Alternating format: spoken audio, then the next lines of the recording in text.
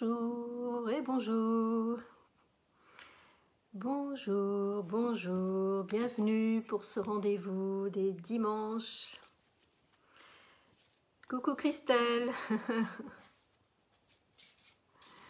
Bonjour les amis. Vraiment c'est... Bon, je me répète, ouais, je le dis à chaque fois, tant pis, mais c'est sincère à chaque fois, vraiment. Je suis toujours très touchée par votre choix voilà, de passer ce temps, d'être là au rendez-vous et de suivre. Je sais que certains d'entre vous vivent vraiment ce processus.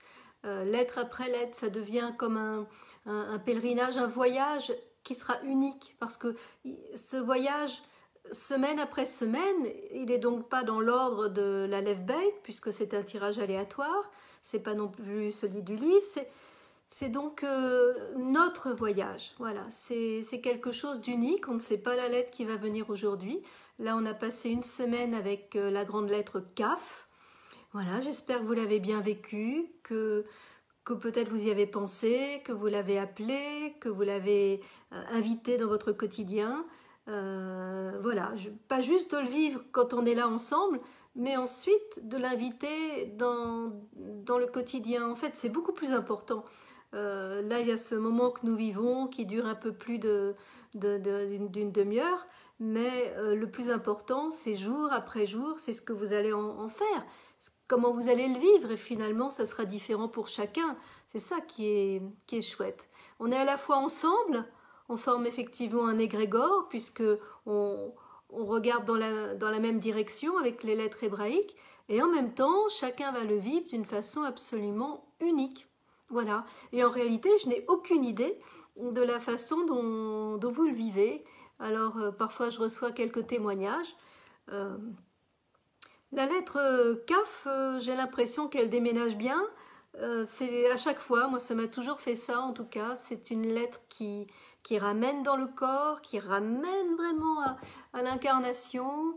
Et là où ça pêche un petit peu, où c'est pas toujours facile, forcément, parfois c'est mis en exergue comme ça, c'est mis en évidence, mais c'est pour la bonne cause, c'est l'occasion de libérer tout ce qui nous empêche d'être vraiment droit dans ses bottes, hein, d'être vraiment d'habiter pleinement tous nos corps, voilà. Ça, je le dis à chaque fois, mais voilà, donc CAF particulièrement. Je vois passer des petits messages et des petits dessins sympas. CAF est très très puissante. Enfin, je vais dire ça pour toutes les lettres, mais CAF vient nous chercher là où il y en a besoin parce qu'il est vraiment vraiment important de prendre pleinement notre place dans notre vie. C'est notre vie, c'est pas celle des parents, des voisins, des copains, des conjoints. C'est la nôtre, c'est notre corps, c'est notre vie. Ça passe vite, c'est précieux. Alors les lettres viennent nous aider, voilà. Alors j'ai pas eu énormément de questions. Il y en a une de Nathalie. J'ai pas tout recopié, Nathalie, alors je vais le résumer un petit peu. Comment interpréter l'énergie d'une lettre quand on est complètement déstabilisé émotionnellement? J'ai passé une semaine chaotique par rapport à l'environnement humain. C'est Chine qui est sortie pour savoir quelle énergie allait me soutenir au sein d'une ambiance de travail particulièrement nocive. Finalement, j'ai quitté mon poste et je suis complètement désorientée. Je m'en remets plus haut que moi. Ça, je ne vais pas dire le contraire. S'en remettre à plus haut que soi, ouais. De toute façon, oui, bien sûr. Waouh, ouais, c'est pas toujours facile l'incarnation dans l'humanité d'aujourd'hui parce que nous sommes tous émetteurs de quelque chose. Nos pensées, nos paroles, nos actes vont émettre une certaine fréquence et cette fréquence, elle va être créatrice de quelque chose. Et si nous en sommes là aujourd'hui collectivement, c'est que nous avons créé ces situations, même depuis des générations. Nous sommes vraiment créateurs.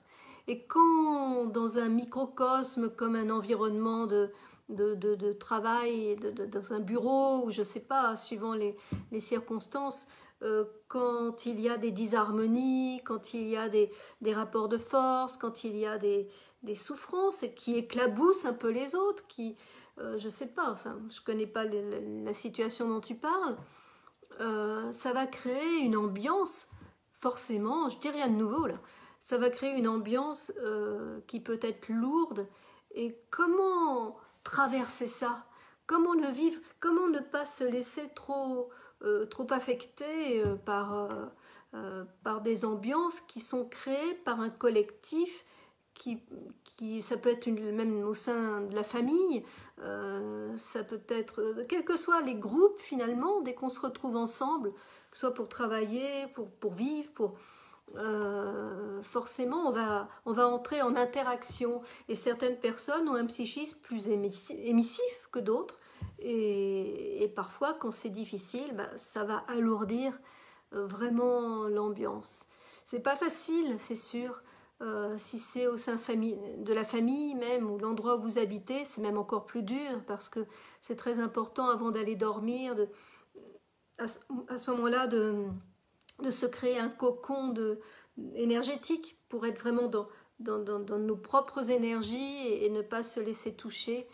Là, tu as posé une question, et c'est Chine qui est venue, et c'était pas évident à interpréter. Moi, ce qui me vient spontanément, c'est que Chine vient te dire: sois dans ton feu à toi, dans ton propre feu. Le feu, c'est l'énergie qui nous anime.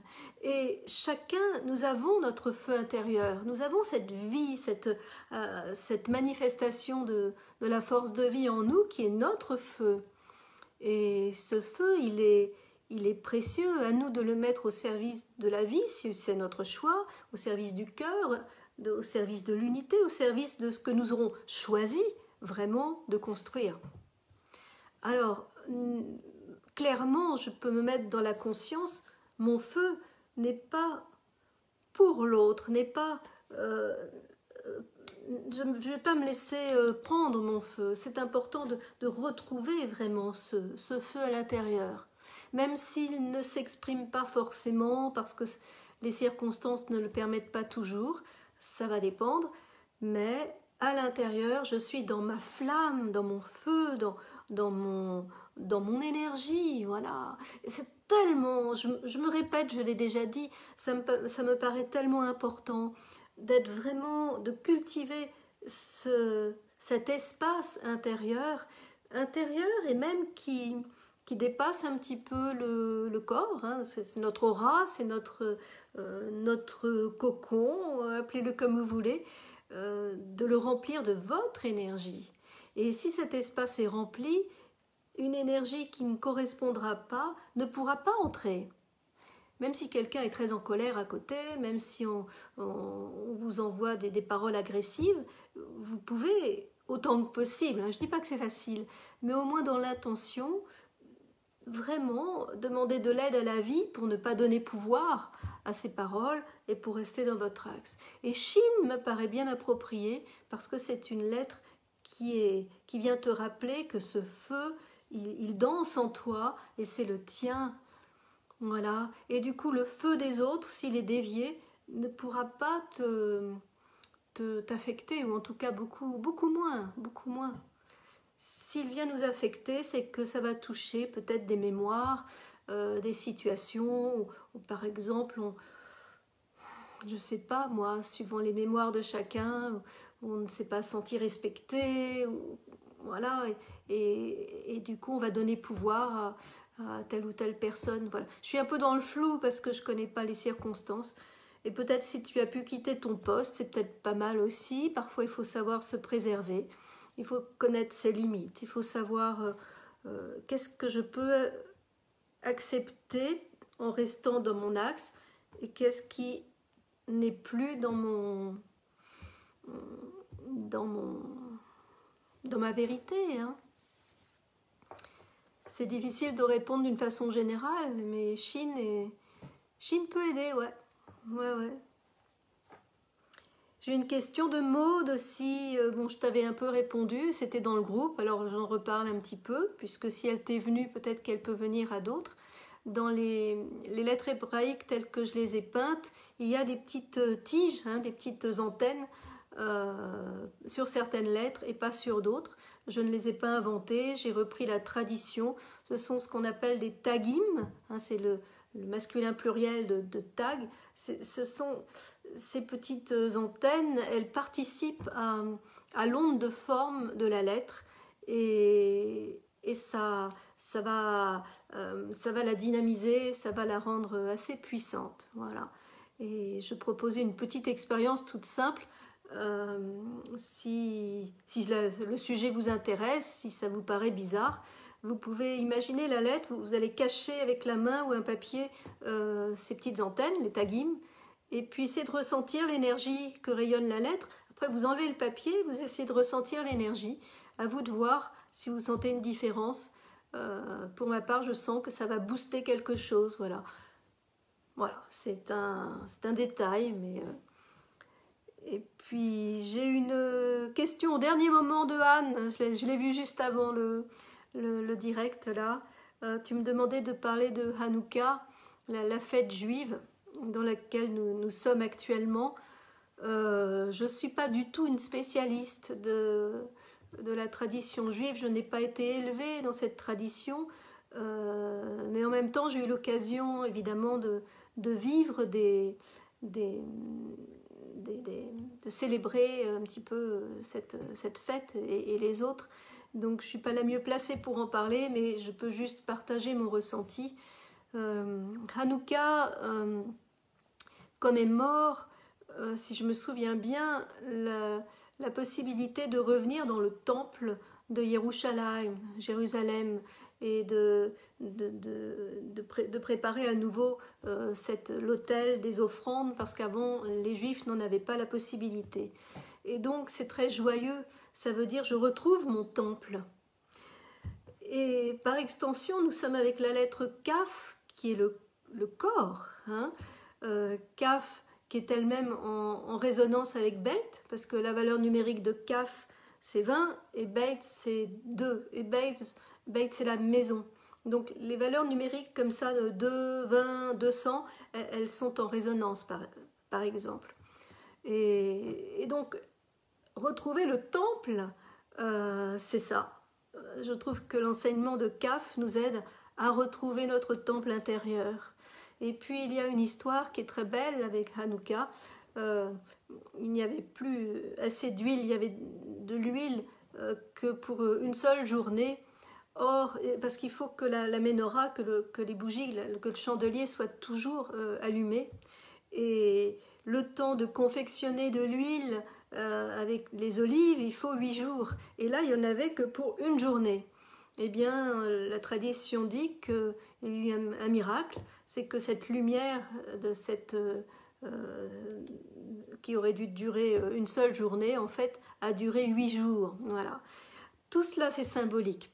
À mes yeux, toutes ces mitzvot, tous les commandements et tout ce qui est dans la tradition de ces textes sacrés, c'est un langage qui nous donne des clés pour nous rencontrer nous-mêmes et pour nous libérer de ce qui nous entrave. C'est ça, entrer en terre promise, c'est vraiment quitter l'esclavage de nos peurs, de nos conditionnements, de tout ce qui nous empêche d'être vraiment dans cet axe dont je parlais tout à l'heure. Et donc c'est la fête des lumières, parce que cette lumière miraculeuse, c'est la lumière de la vie, c'est cette lumière qui en fait qu'on ne peut pas contrôler, qui est hors de notre contrôle. C'est pas une ampoule électrique, c'est même pas la lumière du soleil, parce que même la lumière du soleil, elle a un commencement et une fin. Voilà, c'est une lumière qui n'a ni commencement ni fin, pour moi, cette lumière. C'est une lumière qui est au-delà de ce que les yeux humains peuvent voir. C'est la lumière que le cœur peut rencontrer, une lumière qui se vit, une lumière qui est extrêmement joyeuse, une lumière qui célèbre la vie. Ouais, c'était une jolie synchronicité, je trouve, de la vivre avec avec CAF. Voilà, alors nous sommes toujours, ça a commencé jeudi, nous sommes toujours dans l'énergie de Hanouka. Et chaque jour, on allume une nouvelle bougie, jusqu'à avoir les 8 bougies, donc plus la bougie principale qui allume les autres. Voilà, c'est une jolie commémoration. Alors, je vous propose de célébrer ce temple intérieur, de célébrer cette... ouais, aujourd'hui c'est la Sainte Lucie, tu dis Véronique, ouais, Lucie c'est la lumière.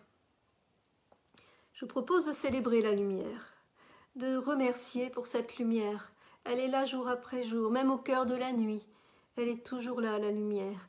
Et parfois nous l'oublions, et c'est pour cela que nous nous sentons dans une forme nous nous sentons un peu perdus. Il y a beaucoup de confusion dans ce monde. Et pour revenir à ce que je disais tout à l'heure, suite à la question de Nathalie, même quand nous sommes dans des milieux difficiles, même quand nous sommes avec des gens qui ne nous comprennent pas, qui sont agressifs, même, ou qui souffrent, il y a des milieux qui sont difficiles à traverser, n'oublions pas cette lumière qui brille dans le cœur.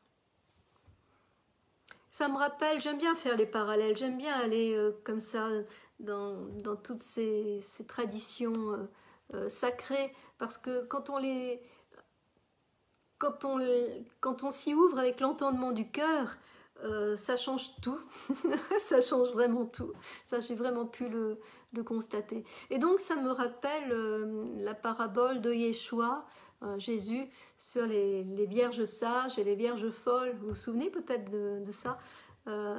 C'est 10 vierges qui avaient chacune une lampe à huile, et il y en avait 5 qui étaient sages, elles avaient prévu assez d'huile pour entretenir la flamme en attendant l'époux. Et puis il y en a 5, non, elles n'ont pas entretenu la flamme, elles n'ont pas assez d'huile, et elles demandent aux autres de leur donner de l'huile. Et les autres disent, mais non, allez donc en acheter en ville, nous on a juste ce qu'il faut pour nous. Et les 5 vierges folles, donc celles qui n'avaient pas eu la sagesse d'entretenir, de prévoir cette huile, elles partent en acheter, et pendant ce temps-là, l'époux arrive, et les 5 vierges sages, qui avaient leur flamme allumée, sont entrées dans la chambre des noces. C'est totalement incompréhensible, si on le prend au pied de la lettre, mais sur le plan symbolique, faites confiance à ce que cela peut vous évoquer. Vous évoquez cette huile qui va entretenir la flamme, cette huile de notre... mettez le mot qui vous parle, de notre ferveur, de notre ouverture à la vie, de notre oui à la vie, de notre amour pour la vie. Et même quand on traverse des choses difficiles, parfois on baisse les bras, parfois on se décourage, et c'est là qu'on risque de manquer un peu d'huile. Voilà. Et entretenons la flamme, entretenons offrons à notre flamme intérieure cette huile de notre amour pour la vie, de notre élan vivant. Ouais, et ça, rien ni personne ne peut nous en empêcher, quoi qu'on nous fasse, quoi qu'on nous dise. Le fait même de respirer, le fait même d'habiter un corps, le fait même d'être vivant sur la terre. L'huile, elle est là s'il y a ce oui, s'il y a ce... j'ai pas les mots, cette force puissante de la vie à qui nous ouvrons les portes. Et oui, cela demande souvent de nous incliner, oui à ce qui est. Et du coup, comme je m'incline, j'ouvre la porte et je laisse la vie passer. Alors que si je résiste, je bloque quelque chose, la vie, elle ne pourra pas passer de la même façon, et je vais perdre mon huile, je vais perdre du coup ma flamme. Voilà, c'est ne jamais identifier ce que nous sommes un environnement ponctuel difficile. Ça n'est pas tout l'univers, c'est juste un environnement ponctuel difficile. Difficile parce que douloureux, difficile parce que on a oublié qui l'on est et que nous sommes avec des gens qui ont oublié eux-mêmes qui ils sont et chacun fait ce qu'il peut. Voilà. Et puis il y a des contraintes, il y a beaucoup de contraintes. Et dire oui à cela en dansant avec, voilà, en restant dans notre identité, en entretenant la flamme. Entretenez toujours cette flamme, vraiment. Les lettres peuvent nous y aider. Donc, avoir ce réflexe, par exemple, si ça vous parle, il y a d'autres choses possibles, mais si ça vous parle, vous pouvez demander à une lettre hébraïque, faire un tirage, et puis lire le texte qui correspond. Il n'y a pas que ça, hein, mais c'est un exemple d'aide de la vie qui est là et qui vient nous surprendre, qui peut nous surprendre de 1000 façons. La vie nous aime et le truc c'est que souvent on attend l'aide et on attend ce support d'amour d'une certaine façon, on veut que ça se passe comme ça, et non, elle vient autrement et du coup on passe à côté. Ouais. Et puis, attention à, comment l'appeler, à notre Hollywood intérieur, à notre la bête qui aime le drame émotionnel, tout ça, comment il peut me dire ça, et je suis pas respectée, et comment on a, voilà, et puis on s'identifie, et moi qui souffre, et moi qui on a fait ça, et moi qui ai vécu ça, et du coup on entretient quelque chose qui n'est pas très sain, et on s'en rend même pas compte. Ça m'est arrivé, hein, voilà, de ronger un os comme ça.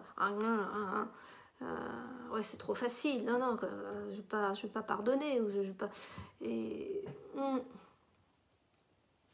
ça nous demande de courber la tête, de dire oui. C'est pas dire oui à quelqu'un, c'est dire oui à la vie.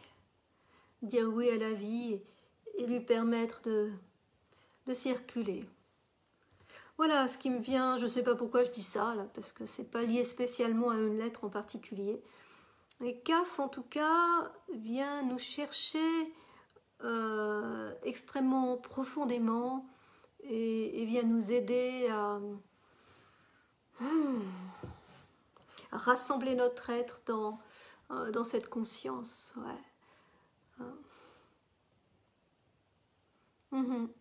Nous avons donné trop pouvoir à des choses extérieures, des événements extérieurs, des personnes extérieures. Redonnons pouvoir à la vie en nous. Voilà. Alors, on va voir quelle lettre va venir aujourd'hui. Je vous propose de vous mettre à l'écoute.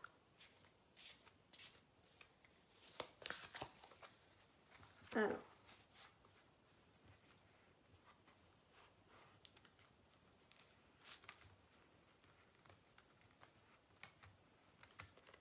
Hop.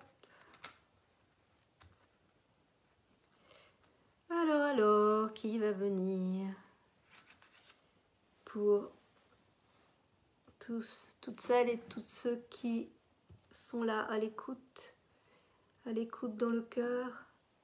J'appelle une lettre hébraïque ici et maintenant, en ce dimanche 13 décembre 2020. C'est drôle parce que l'énergie arrive avant que...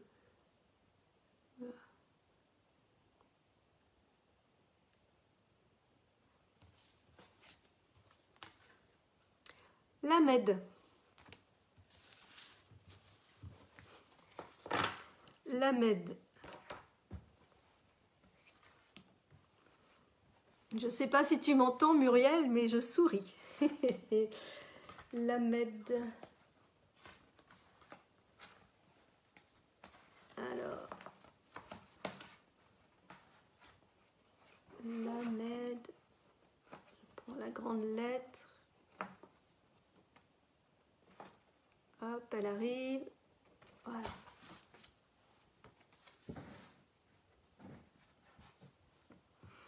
Lamed.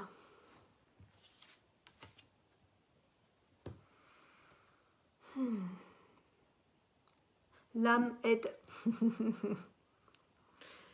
L'âme aide. Alors dans cette lettre, dans le dessin de cette lettre, il y a un kaf. On est un peu dans une continuité. Voilà. Il y a un kaf ici. Et au-dessus de la ligne d'écriture, il y a un vav. La med est la seule lettre dont une partie va au-dessus de la ligne d'écriture. Elle vient nous relier à des plans extrêmement subtils, extrêmement élevés. La med.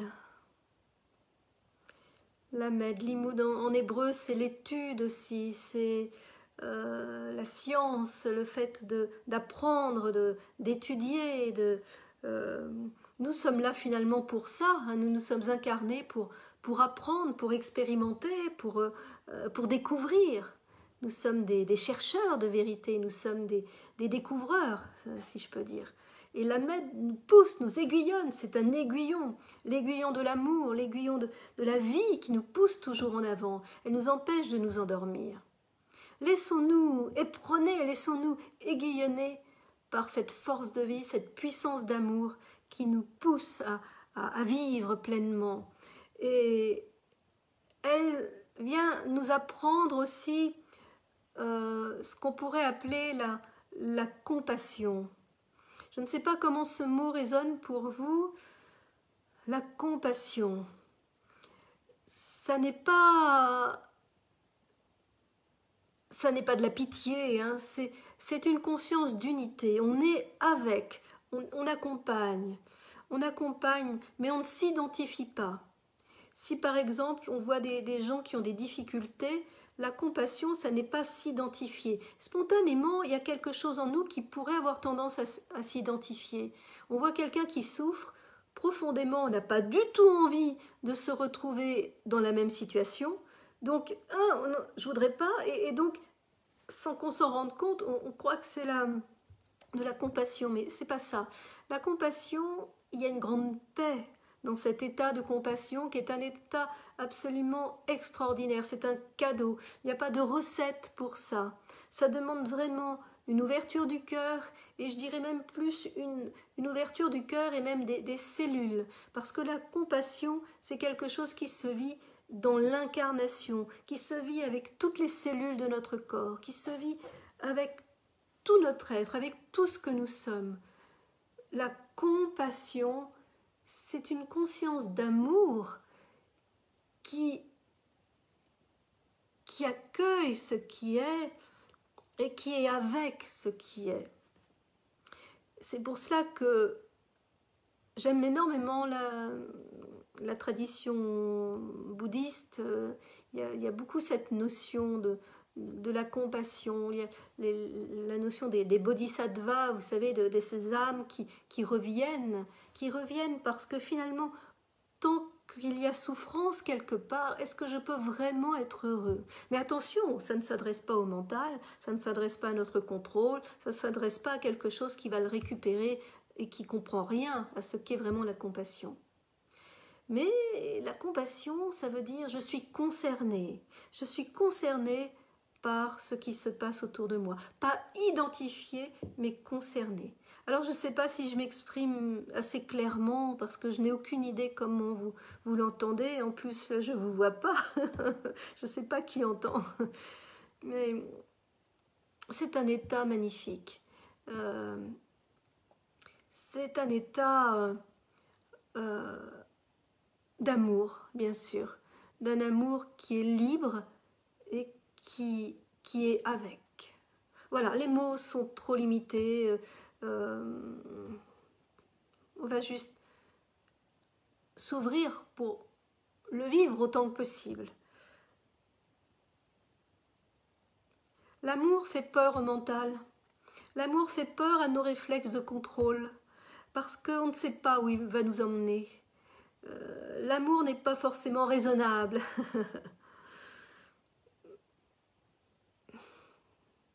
L'amour, c'est la vie. C'est la puissance de la vie. Voilà. Et dire oui à la puissance de la vie, ça peut être un grand vent qui sait où il va souffler dans nos voiles et qui sait où il va nous amener, ce vent d'amour. Osons dire oui à cet amour. Osons lui dire oui, et puis on verra bien. Soyons fous. Cela veut dire aussi pardonner. Je ne sais pas ce que vous mettez sur ce mot, parce que là aussi... Mais cela veut dire lâcher, vraiment, mais lâcher ces boulets, ces vieilles rancunes. Parfois, on n'y pense pas et on croit que c'est résolu, mais c'est pas parce qu'on n'y pense pas que c'est résolu. Ça peut être resté dans le grand sac de l'inconscient. Alors on peut appeler l'Ahmed pour vraiment... Est-ce que c'est vraiment notre intention de lâcher, ou est-ce que je m'accroche encore à certaines amertumes, certaines rancunes sur lesquelles je me suis construite dans ma personnalité peut-être. Je sais pas. Et là, c'est le moment de lâcher tout ce qui nous empêche d'être dans la simplicité de l'amour, vraiment, et de laisser la magie de l'amour, l'âme agit, l'amour agir à travers nous. Un amour qui vient d'une sagesse qui nous dépasse. L'amour n'est pas forcément de faire ce que les autres attendent de nous, pas forcément, ça peut correspondre, mais c'est pas forcément ça. L'amour, ça n'est pas une attente que l'autre nous reconnaisse ou nous dise des mots d'amour. L'amour, c'est déborder, je crois que j'en ai déjà parlé, hein, je le vois comme ça, c'est quand le vase est rempli, il déborde. Alors, la L'Ahmed va nous aider à nous laisser remplir et à nous laisser aiguillonner, voilà, sur ces chemins de l'amour. Ce ne sont pas les sentiers forcément les plus fréquentés dans notre monde de peur, mais l'amour a le pouvoir de transmuter les peurs, de transmuter des mémoires de peur, et même les mémoires de peur qui ne nous appartiennent pas, qui viennent de nos lignées ou d'autres égrégores.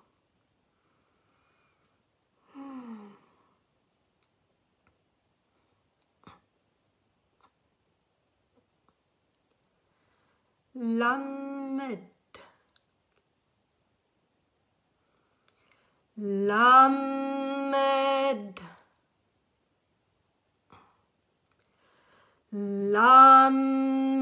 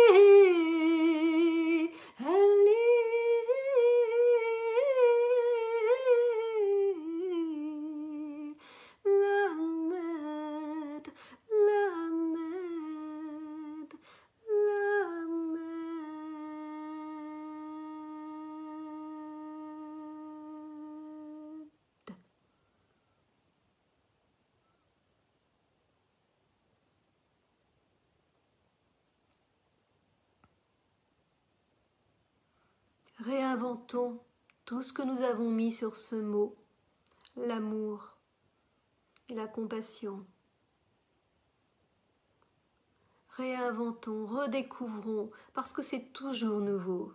Ne figeons jamais, aucune image ne peut correspondre à l'amour.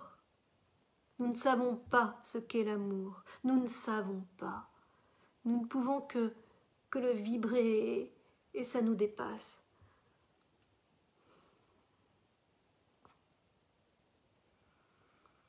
Lamed,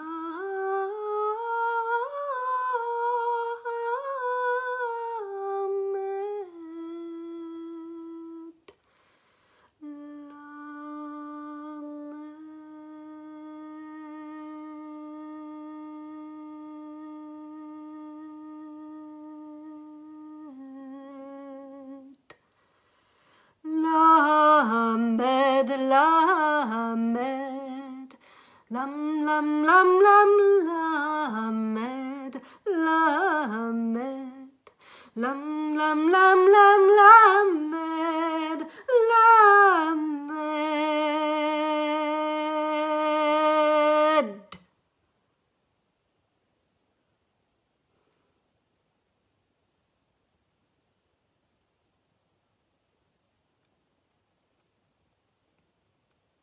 Merci d'être de beaux réceptacles, parce que c'est ce qui permet à Lamed de venir, que ce soit pour celles et ceux qui entendent en direct ou plus tard ou en différé, parce que le temps... Merci de cette ouverture, de cette disponibilité. Merci de mettre de côté un petit peu tout ce qui aurait pu fermer plus ou moins la porte du cœur, tous les découragements, toutes les mémoires, parce que c'est pas toujours facile, c'est pas toujours facile, c'est pas toujours facile d'aimer. C'est lorsque nous aimons que nous sommes vivants. C'est la priorité. Mais il n'y a pas de recette. C'est pas du yaka faut que. Alors oui, Lamed, viens nous aider, viens ouvrir les cœurs, viens.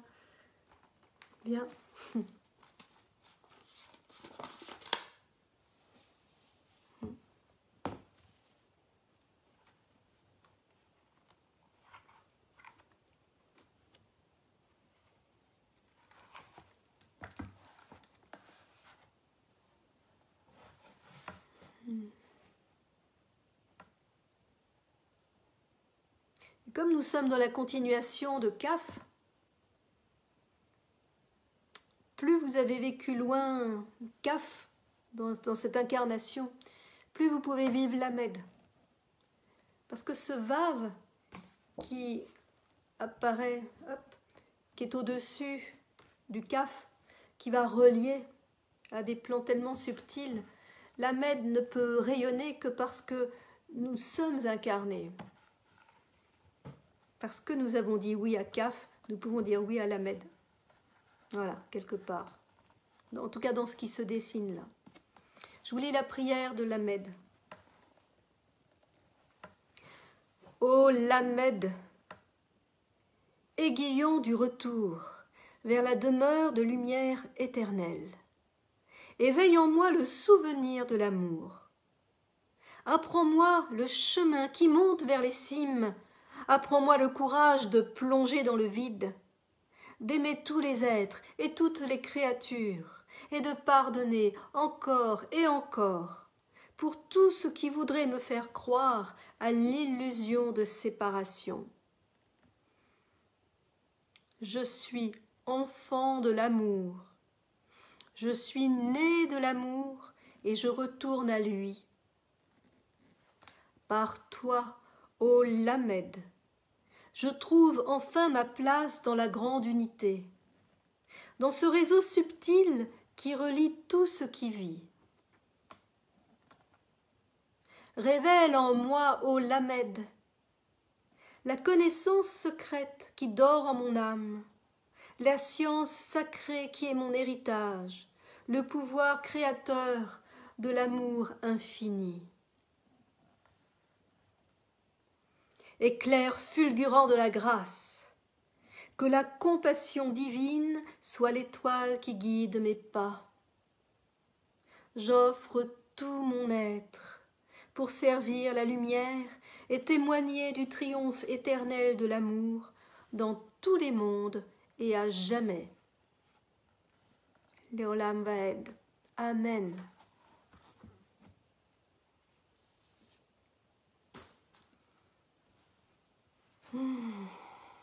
Alors donc, je vous propose de rester avec l'Ahmed toute la semaine. Allez, le confinement se termine plus ou moins, je ne sais plus trop où on en est, mais je vous donne rendez-vous quand même dimanche prochain à 18 h. Cultivons l'Ahmed, cultivons cette dimension essentielle de nous-mêmes qui nous permet qui permet à la rose du cœur de s'épanouir. Voilà. Merci les amis. Merci pour ces partages. Merci pour ces moments qui nous portent. Voilà. Et à chacune, à chacun, je vous souhaite un beau chemin au soleil du cœur. Un beau chemin. Et à dimanche prochain. Si vous avez des questions, n'hésitez pas. À bientôt.